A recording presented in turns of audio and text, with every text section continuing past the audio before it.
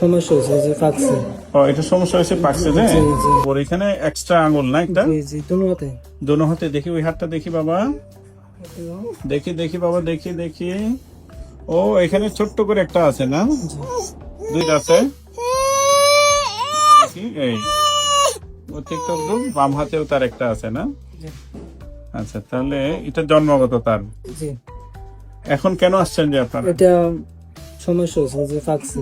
ও এটা সমস্যা হয়েছে পাকছে যে জি জি টায়ার্ড হয়ে বসে আছে তো ব্যথা পাচ্ছে আর কি না কি দেখি ওর বয়স কত এখন 2 বছর না এটা আবার ঠিক আছে এটা নরম আছে কিন্তু এটা বেশ ব্যথা ঘুমটা ঠিক ছিল আজকে 15 দিন ধরে এই অবস্থা।